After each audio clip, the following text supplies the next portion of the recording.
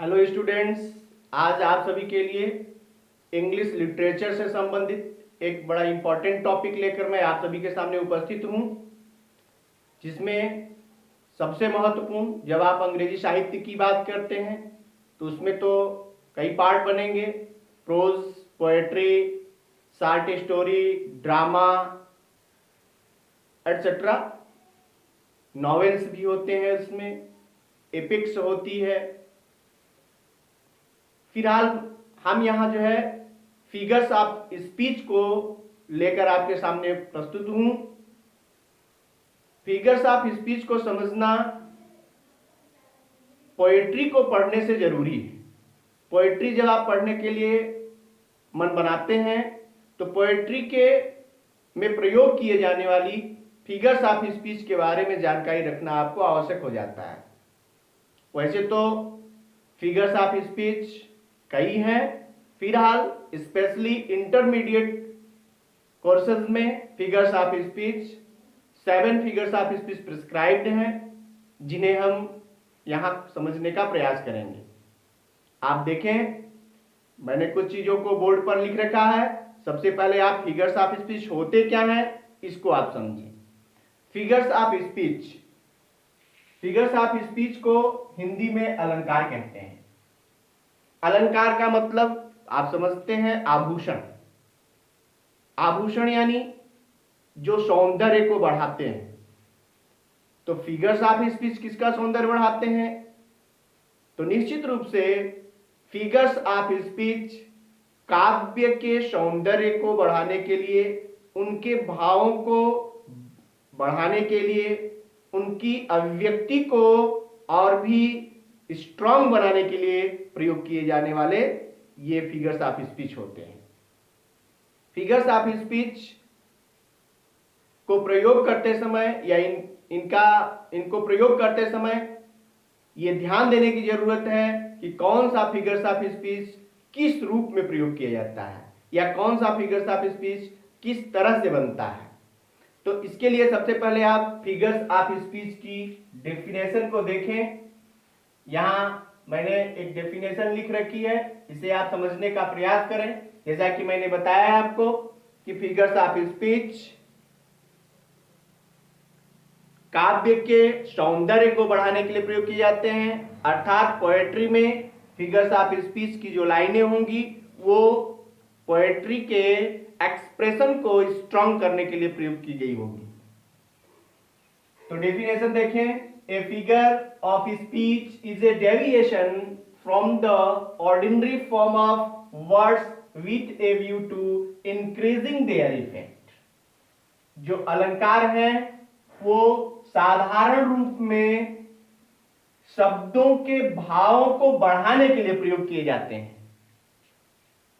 Poetry में शब्दों के सेंस को, एक्सप्रेशन को बढ़ाने के लिए प्रयोग किए जाने वाले लाइन या शब्दों को फिगर्स ऑफ स्पीच कहते हैं। सबसे पहले आप जाने कि फिगर्स ऑफ स्पीच 7 प्रेस्क्राइब्ड हैं इंटरमीडिएट में। पहला फर्स्ट वन इज सिमिली, जिसे आप उपमा कहते हैं। सेकेंड वन इज मेटाफर, जिसे आप रूपक कहते हैं। थर्ड वन इज पर्सोनिफिकेशन, जिसे हिंदी में मानवीकरण कहते हैं या मानवीकरण अलंकार कहते हैं। फोर्थ एपॉस्ट्रॉफी, एपॉस्ट्रॉफी यानी संबोधन अलंकार। संबोधन अलंकार यानी जिसमें किसी को संबोधित करते हुए किसी ऐसे व्यक्ति, निर्जीव को या भावों को ऐसे व्यक्त किया जाए जैसे वो सजीव हो, ऐसे एड्रेस किया जाए, तो वहां एपॉस्ट्रॉफी। नेक्स्ट होता है नेक्स्ट होता है हाइपरबली, अतिशयोक्ति अलंकार।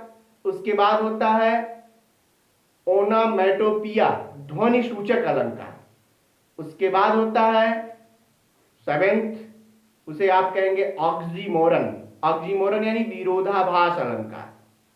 ये 7 figures of speech specially UP board के इंटरमीडिएट कोर्स में प्रिस्क्राइब किए गए हैं। तो आइए हम एक एक फिगर्स ऑफ स्पीच की डेफिनेशन के साथ उनके एग्जाम्पल्स को समझने का प्रयास करते हैं। सबसे पहले मैं आपको सिमिली और मेटाफर को लेकर के दोनों के बीच में भेद और दोनों के प्रयोग को मैं क्लियर करूंगा। आइए सबसे पहले यहां देखते हैं, ये है सिमिली।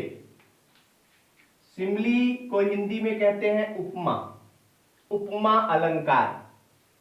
डेफिनेशन देखिए, a simile is a comparison between two objects of different kinds. यहां आप ध्यान दें कि एक सिमिली यानी उपमा एक तुलना है, कंपैरिजन यानी तुलना है between two objects of different kinds, दो भिन्न प्रकार के वस्तुओं की। समान प्रकार के वस्तुओं की तुलना नहीं है, भिन्न प्रकार के वस्तुओं की तुलना को सिमिली कहते हैं। Which have at least one point in common, जिनमें एक पॉइंट कोई ना कोई होगी दोनों में जो कॉमन होगी, यानी दोनों में वो गुण समान होगा। दूसरा, इसकी एक सिंबल भी है कि द वर्ड्स एज, लाइक और so are used for comparison. As, like और शो जैसे तुलना व्यक्त करने वाले शब्दों का प्रयोग किया जाता है।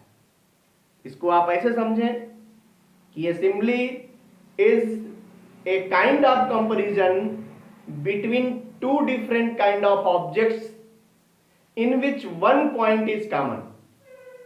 उपमा जो है वो दो भिन्न प्रकार के वस्तुओं की तुलना है जिसमें एक गुण दोनों में समान होता है, और इनके गुणों की तुलना व्यक्त करने के लिए तुलना व्यक्त करने वाले शब्द एज, लाइक या शो जैसे शब्दों का प्रयोग अवश्य किया जाता है।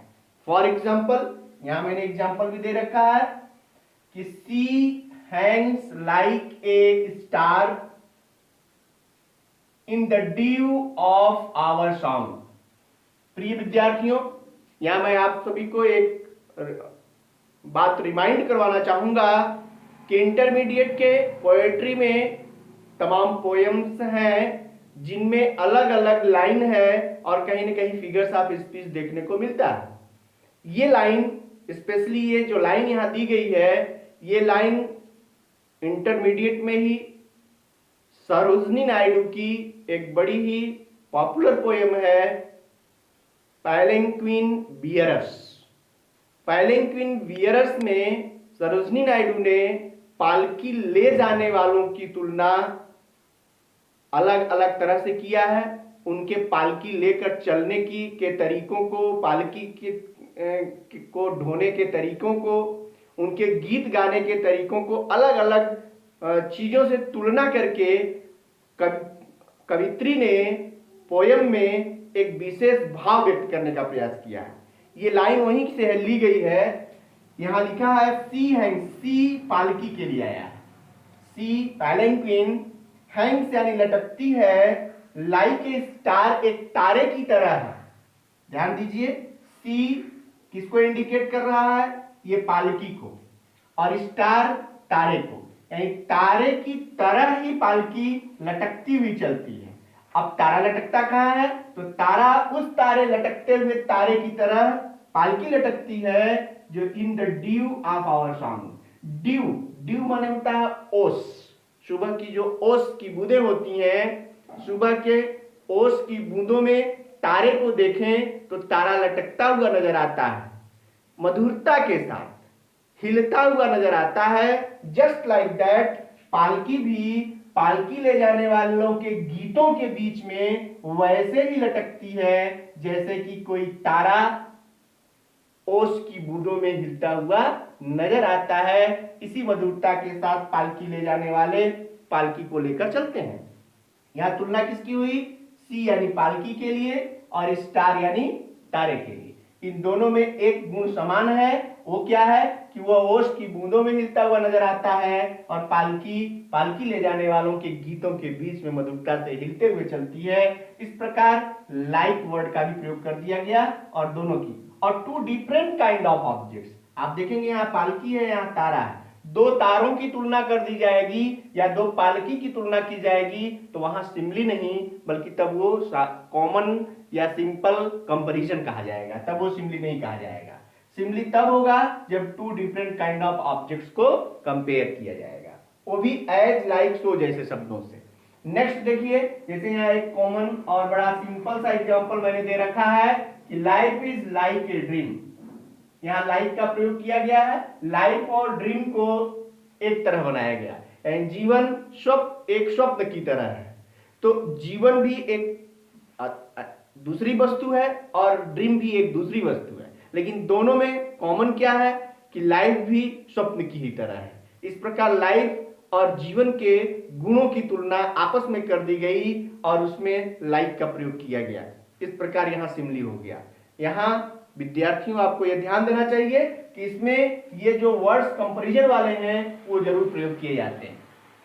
आइए इसी तरह हम देखते हैं नेक्स्ट फिगर्स ऑफ स्पीच, जिसे मेटाफर के रूप में जानते हैं। मेटाफर को रूपक कहते हैं। रूपक की डेफिनेशन है यहाँ पे कि in metaphor the things compared are treated as one. जो चीजें कंपेयर्ड होंगी, तुलना की गई होंगी, वो एक ही तरह दिखाई जाएंगी, एक दूसरे के रूप में दिखाई जाएंगी। तुलना नहीं होगी बल्कि उसे उसी रूप में मान लिया जाएगा। And the same and the words of comparison as like या so are not used.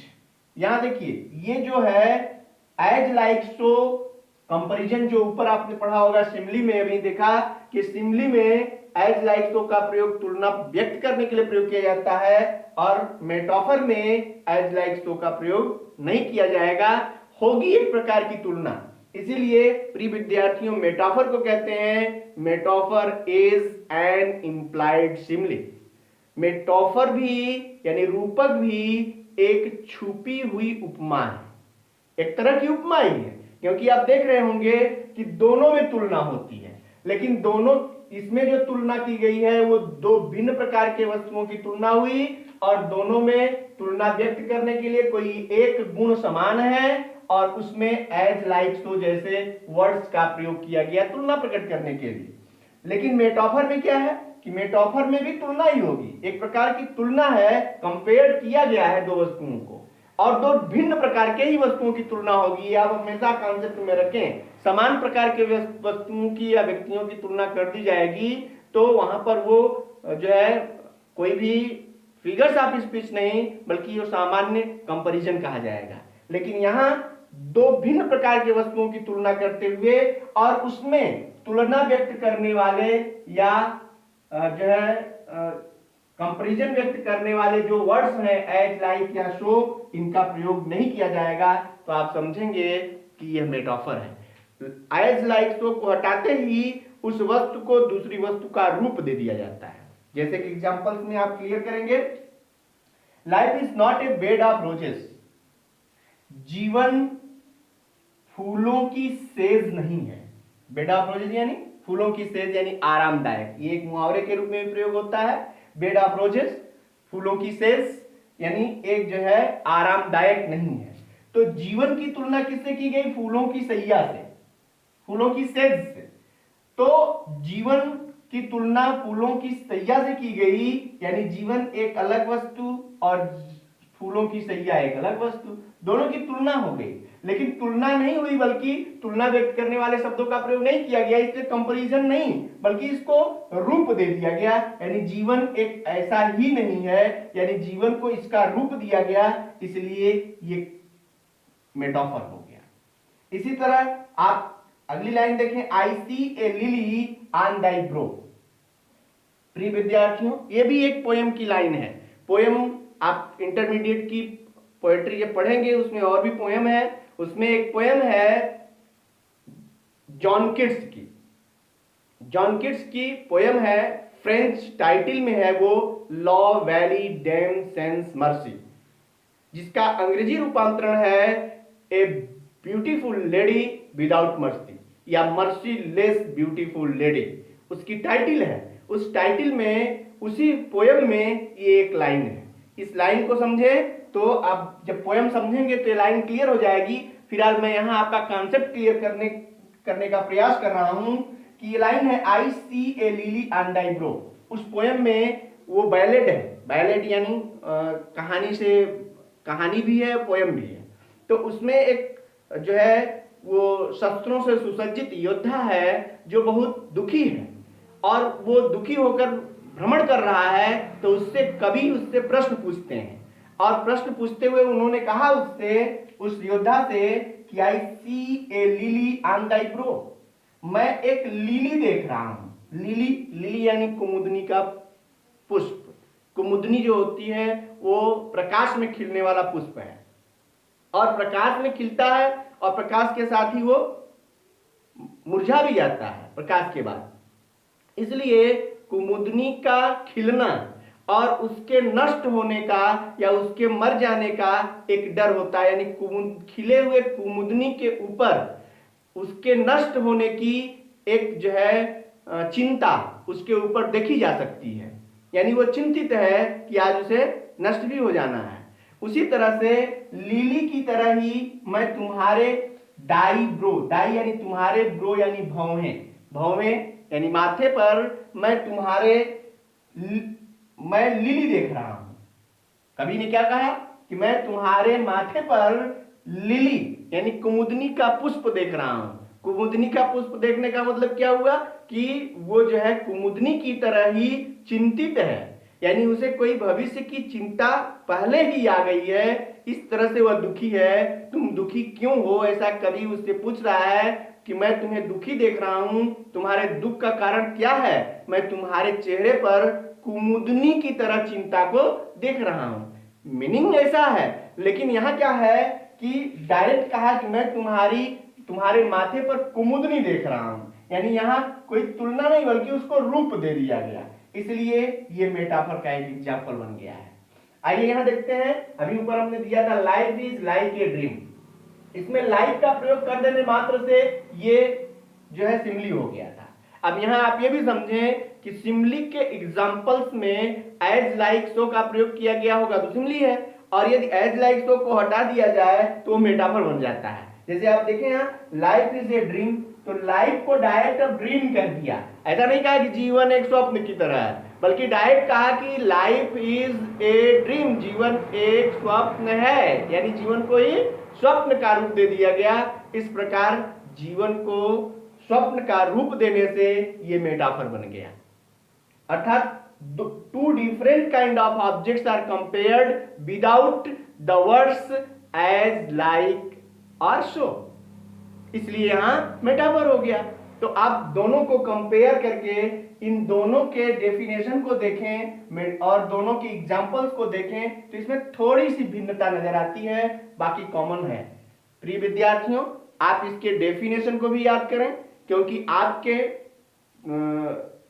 Examination paper में ये डेफिनेशन 2 नंबर का और 2 नंबर का एग्जाम्पल, 4 नंबर का ये यूपी बोर्ड का ये क्वेश्चन पेपर बनता है। इसलिए आप इसकी डेफिनेशन जरूर याद करें और इसके एग्जाम्पल्स को भी समझने का प्रयास करें। कभी कभी एग्जाम्पल्स दे देता है और पूछता है कि इसमें कौन सा फिगर्स ऑफ स्पीच है, और कभी कभी आपको केवल डेफिनेशन पूछ देगा कि इस फिगर्स ऑफ स्पीच की डेफिनेशन लिखिए और इसके 2 एग्जाम्पल दीजिए। तो इस तरह से आपको इसे भरपूर समझने का प्रयास करना चाहिए।